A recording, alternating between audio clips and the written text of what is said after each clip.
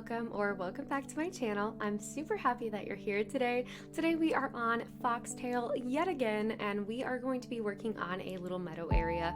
So I knew right from the get-go that I wanted Foxtail to be a very meadowy island, and I have been super inspired by all of these creators. I see it making gorgeous winding rivers and beautiful cliff views in the background, and I wanted to kind of do my own sort of thing on that. So I started by building this winding river that I had done kind of off camera, so I'm sorry about that. It wasn't anything too crazy, just like a couple tiles wide and just like alternating back and forth. And then I wanted to create a small section of cliff in the background. You'll see me run throughout the video back to that area, that cliff that's like towards the front, because that's where I want the main viewing point to be for this build. So if you're looking to create a gorgeous view on your island, I highly recommend that you map out one spot that you want to kind of come back to sort of check your work, so to speak. So that's what I'm going to be doing throughout the video. So here I am again, just kind of checking the placement of the cliffs, the river, and then of course I do want to put a villager home over to the right, so that's what I was just mapping out there. I think that we're going to put Chev over here. She is just absolutely adorable. I don't know if I'm going to keep her home the way that it is. I think I might actually customize it and give her like a light green door, if such a thing exists in the game. I honestly don't even know if we have like a pastel green door, but I'm gonna search for one because I think it would be super perfect for this build. So keep that in mind, I guess, as you're watching the final project. I haven't been playing much Happy Home Paradise at all, to be completely honest with you. That's kind of bad because I really do love Happy Home Paradise, but when I reset this island, I completely reset my Happy Home Paradise as well, so I'm starting from scratch. So that's been fun. Maybe at some point I'll do like a little speed run. So here I am placing Chef's house, and then it magically appears. I did, of course, time travel. I really love her house just off to the side there. I think it looks so cute. And then I just created this tiny little waterfall just to give it a little bit of movement, a little bit of dimension. Plus I like to make the rivers actually make sense, I guess. Make it make sense. But yeah, that's kind of my goal, is to make it seem like that's the source of the river, I guess. And then I'm going to start planting some trees. I wanted to use a ton of stunted trees in this build just to give it lots of dimension and like height variation. I think it adds so much to a build to use different stunted trees. If you're not sure how to stunt trees yet, all you have to do is allow them to grow to the height that you want them to, and then go ahead and plant a fruit behind them, and voila, they will not grow any further. I think it just looks so cute. Also, ignore my little movie theater in the background there. That is from my transition areas video, which if you missed that one, definitely check it out if you're looking for ways to fill some small spaces on your island. But honestly, I'm probably gonna tear that one down because I'm not sure if it's gonna work with the overall kind of flow that we've got going on here on Foxtail. And then for the area next to Chef's house, I did want to continue with the trees, but I love using these little baby hardwoods. I think that they look like almost like taller bushes. Love that. I think it's perfect. And then I'm going to place a few trees towards the back as well, just to kind of, I don't know, I guess it covers up the cliff a little bit, makes it look more natural. I am not gonna lie, I struggled so much with filling the flat area in between the cliffs in the front and the cliffs in the back. It's not like anything else I've really ever decorated. I tend to focus on smaller areas than this at a time, and this build felt so big to me. So you'll see me jump around from this point on quite a bit. I'm placing different items around, and I had to just kind of jump around because, like I said, I struggled a lot with this. So I started out by just placing some pathing. I wanted it to be very winding, so that's the view that we're working with. And then I approached this area very differently than what I usually do. I wanted the purple hyacinths to be peeking out but look very scattered and kind of balanced in the total view of this area. So you'll see me jump around, go back to the center, and just kind of see where we're at. But I wanted them to look like scattered, I guess. And then I wanted the rest of the colored flowers that I'm using to be scattered as well. So I kind of went color by color, just kind of making them look kind of random but balanced. hopefully some of this is making sense. But I don't typically decorate in this way. I typically will do kind of like small areas at a time. So this felt really different, I guess, to me. But I feel like it's really fun to sort of experiment with different styles of decorating. And I do like the end product. So definitely stay tuned until the end if you're curious how this turns out. Because I was decorating in a slightly different way, I did have to kind of do this area in many sittings. Usually I will just make the build in like an hour or something like that, and then I'll just make the video. But for this one took me like 3 or 4 days to complete because I just got so stuck with what items I wanted to be around and just kind of how to fill in all this empty space. Definitely convinced me that doing a no terraforming island would be so difficult for me, and I do not know how people do it. But you can kind of start to see how the overall meadow is coming together. And I also did place a little single dirt path in the spot that I want the viewing point to be, because I just wanted to kind of mark it up a little bit more. But next to Chev's house on the peninsula here, I wanted to give her a little painting area. I absolutely love this custom design of the cottage. I am just obsessed. My husband and I are house shopping right now, and honestly, you guys, so right now we live in Michigan, and I really just want to like up and move to the Cotswolds and live in a beautiful cottage with like overgrown wildflowers everywhere and ducks roaming my yard.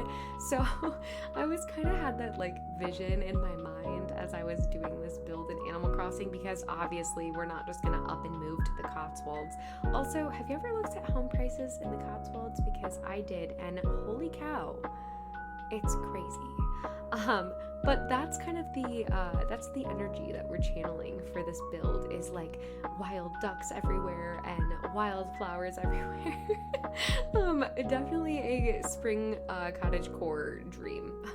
So here in this area, I wanted to create a little picnic spot because, of course, it's a meadow, so it requires it. I wasn't sure what kind of blanket code to use, so I just went ahead and used this polka dotted green. I actually think I might go in search of some new blanket coats, so this might change in the future, so stay tuned for that. I just don't know about all of the green, so let me know what you guys think in the comments below. Should I keep the green kind of thing going on, or should I branch out, maybe do like some checkered brown? I don't know, but this is a pretty simple little area. Then I climbed up here and I realized that that bench and all of that just looked clunky and it was blocking the view, and so I decided to tear that down. And then I wanted to place more plants here, but the bush kind of covered it up too. I really struggled with this because I didn't want things to block other things. So I just kind of gave up. I ended up in this area over by Chev's house. I threw another silo over here because I think the taller items in the back are going to give it the overall sort of vibe that I'm looking for. And then I wanted to give her a tiny library because I feel like they look like mailboxes, and I just love that. So I wanted to continue incorporating them by all of the villager houses. And then I am so obsessed with the little white loafers on the round pillow. I just love those little details so much. Incorporating shoes and socks into a build is one of my favorite things to do, and I feel like Chev would totally wear those shoes, and I feel like she would also just be so neat and tidy and just have them on a little like basket or whatever outside her door. I just think that's very Chev. Also, a moment of silence for the cruiser bike because it's just one of the most iconic items in the game now, and I'm never going to get enough of it. I'm never going to stop using it. And now I'm just kind of moving the flowers around a little bit because I didn't want the flowers to block my little shoe moment. That's so very important. And then I gave up on that area again because I was once again stuck. So I came back to the peninsula. We're throwing down a clothesline. I thought about customizing it, but I honestly like the white. I feel like it's very clean. And then I wanted to throw down a wooden stool here, and I was thinking about using the succulent plant, but I end up moving that later and putting a bucket there instead.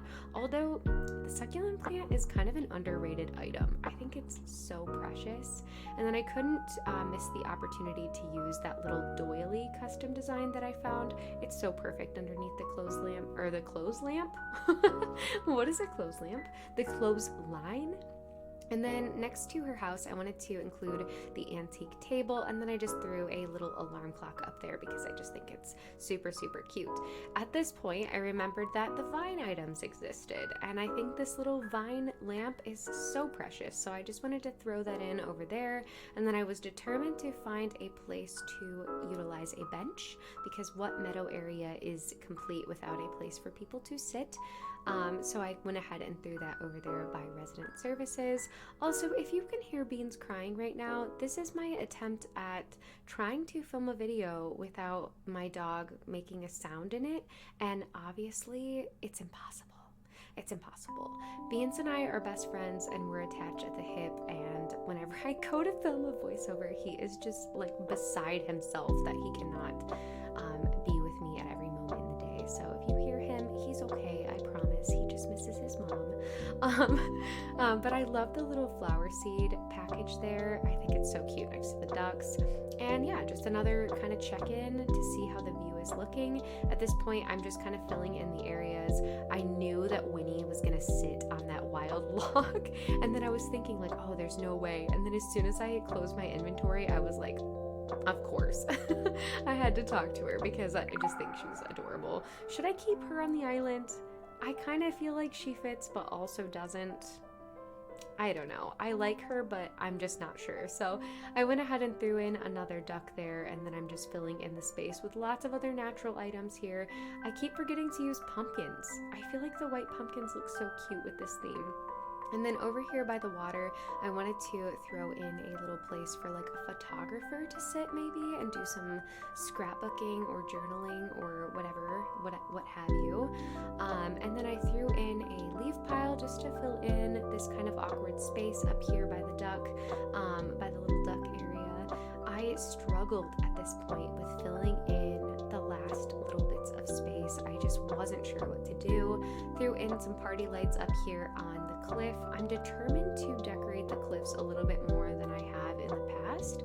I tend to just fill them up with flowers and custom designs, but I really want there to be more detail on this island, especially on the upper cliffs. So I'm really trying to take my time and not push myself to finish decorating an area. Because when I do that, I tend to just kind of throw things in places, and I really want to be, I guess, more detail oriented with this island. But here we are, the finished view. I would love to hear what you guys think about this build. It's definitely very different from anything I've tried in the past. Before I say goodbye, I have to thank the members of this channel. Thank you guys so much for supporting my work. If you'd like to join our little family, be sure to like and subscribe and hit that notification bell if you'd like to be notified when I upload. But thank you all so much for watching, and I will catch you in the next one. Bye!